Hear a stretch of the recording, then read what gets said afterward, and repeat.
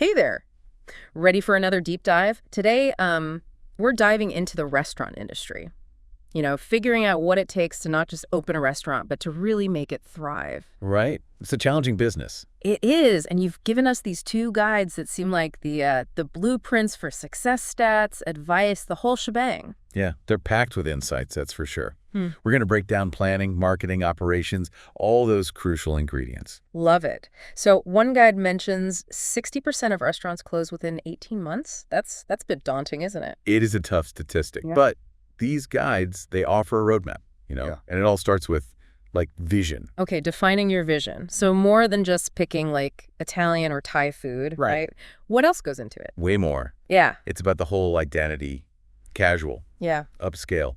Who are you trying to attract? That's key. Like market research, but for your menu and vibe. Exactly. One guide even suggested a local survey. See what people are craving, what's missing. Smart. So once you know your diners, then you pick the location. Location is huge. One guide said high traffic areas can mean 30% more revenue.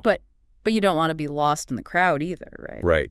A busy street's great for grab and go, but fine dining. Maybe a quieter spot's better. Makes sense. And of course, you need the money, the finances. Oh, for sure. Both guides were big on that. Budgeting, projections, the works. Because amazing food needs a solid financial plan to back it up. Totally. It's not just about the food, sadly. Speaking of which, the menu itself. They said it's more than just a list of dishes. Really? How so? It's like storytelling, describing your food, your ingredients, getting people excited. Setting the stage before the food even arrives. Exactly. And then, to execute that menu, you need a killer team. The heart of the restaurant, right? Chefs, servers, everyone. And creating a positive environment for them is so important. Both guides stress that. Happy team, happy customers, right? Makes sense. But we can't forget about the online world these days, can we? No way. Online presence is everything for restaurants now. It's like the new front door, right? People scrolling through Instagram before they even think about reservations. You got it. One guide even said 85% of people use the internet to research restaurants now. Wow, 85%. Okay, so how do you even begin to tackle that? It seems like a lot, especially for someone just starting out. It can feel overwhelming, for sure. Yeah. But these guides break it down. They do, yeah. It's a lot to cover, but they emphasize visuals, High-quality photos are key. Oh, absolutely. Food photography, the restaurant itself, even behind-the-scenes stuff. Exactly. Visual storytelling. It's about grabbing attention, making people hungry just looking at the pictures. It's true. A good food pic. It does something to you, but it's more than just the photos, I'd imagine. Right. You need those captions, too. Give context, tell a story, highlight what makes your place special. So it's like each post is a mini ad for the restaurant. Exactly.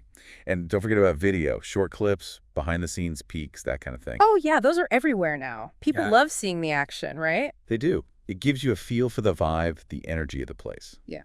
Builds a connection. Makes you want to be there. Yeah. Speaking of connections, what about online reviews? Those can be brutal. Brutal is right. One guide even called them the new word of mouth, for better or worse. Because everyone checks reviews now, don't they? Before even considering a restaurant. Oh, for sure. One of the guides said 90% of diners read reviews. That's huge. 90%. Okay, so how do you even manage that? You can't control what people say online. You can't control it, but you can manage it. Responding to reviews, both good and bad, is key, the guide said. Even the bad ones. What, like publicly arguing with someone who hated their meal? No, not arguing, but addressing concerns politely, maybe offering solutions, showing you care. Damage control. So even a bad review can be a chance to show good customer service. Exactly. It's about transparency, showing you're listening. Yeah. And then there's using social media for actual marketing. Right. We talked about the photos, but what about paid ads? Is that something they recommend? They did, yeah.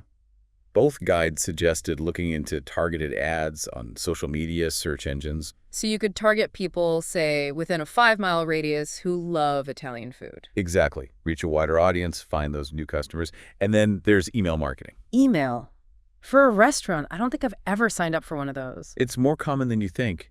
It's a way to stay in touch with diners, send news, specials, maybe even invites to events. Keep them coming back for more. I like it. But with all this online stuff, you still need that amazing in-person experience, right? 100%. Online's the hook, but the real deal is what happens in the restaurant. The atmosphere, the service, all that jazz. All of it. One guide even talked about the psychology of dining. Lighting, music, even the temperature of the tableware can affect the experience. Really? The texture of the tableware, I've never even thought about that. Right. But it's all connected. It's those small details. And then, of course, there's the service itself. Because even with amazing food, bad service can ruin everything. Completely. And these days, good service isn't just taking orders. It's about going above and beyond. So what makes for amazing service? Is it something you can teach? Partly. Hiring the right people is key. People who are naturally good with customers. But training's still crucial. The guides emphasize that. So it's not just knowing the menu, it's knowing how to handle, like, complaints, difficult customers. Exactly. Staying calm, finding solutions, making the customer feel heard, even if they're upset. Turning a negative into a positive, that takes skill. We've talked a lot about the customer-facing stuff, but what about the behind-the-scenes operations? The engine room of the restaurant. We can't forget about that. That's where things get really interesting. So the engine room, huh? What's the most important thing back there? Inventory management. One guide called it the, unsung hero of a successful restaurant. Inventory? Makes sense. You got to have enough ingredients, but not too much, right? Exactly. It's a balancing act. And these days, technology is playing a big role in that. Oh, yeah. Like what? Inventory software. Yeah. It's changing the game.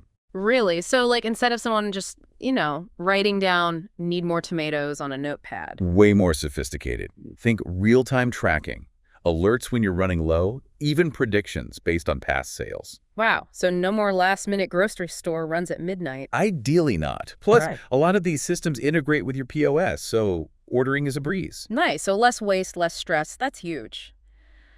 But even with all the tech in the world, you still need good leadership, right? Absolutely. And these guides really emphasize that it's about setting the tone for the whole team. Being the captain of the ship, but also, what, like a mentor? Kind of. One guy talked about communication, creating a positive environment, empowering employees, that kind of stuff. Because if the team's happy, they'll work harder, be nicer to customers, all that. That's the idea. It's about shared goals, celebrating wins together, all that good stuff. And staying adaptable, right? Because the restaurant world changes fast, new tech popping up all the time. Right, and these guides said it's about using tech to enhance, not replace. That human touch is still key. Okay, I like that. So what kind of tech are we talking about, besides the inventory stuff? Well, online ordering, delivery platforms, those are huge now. Yeah, can't live without those these days. It's all about convenience, right? Totally. And for restaurants, it's a way to reach more customers, streamline operations. Like having another storefront, but digital. And then there's, those digital menus I've seen at some places? Those are becoming more popular, yeah. Because they look kind of cool, but what's the real advantage? Flexibility, update on the fly, adjust prices, highlight specials, all digitally. No more reprinting a whole menu because you ran out of one dish. Makes sense. And they can even have pictures, right? Help people decide what to order. Exactly. Some even let you customize, like spice level or dietary restrictions. Oh, that's handy. What about paying? That's got to be changing too. Contactless is everywhere, and some places even do tableside payment now. So you can just tap and go. Pretty much. More convenient for everyone. So yeah, we've covered a lot. Menus, marketing, tech, the whole restaurant game. It's a lot. So for someone listening who's dreaming of opening their own place, what's the biggest takeaway? These guides made it clear. Passion's important, but you need business smarts too. Know your market, manage your money, and be ready to adapt. And build a great team. Invest in those people. 100%. It's about the whole experience, not just the food on the plate.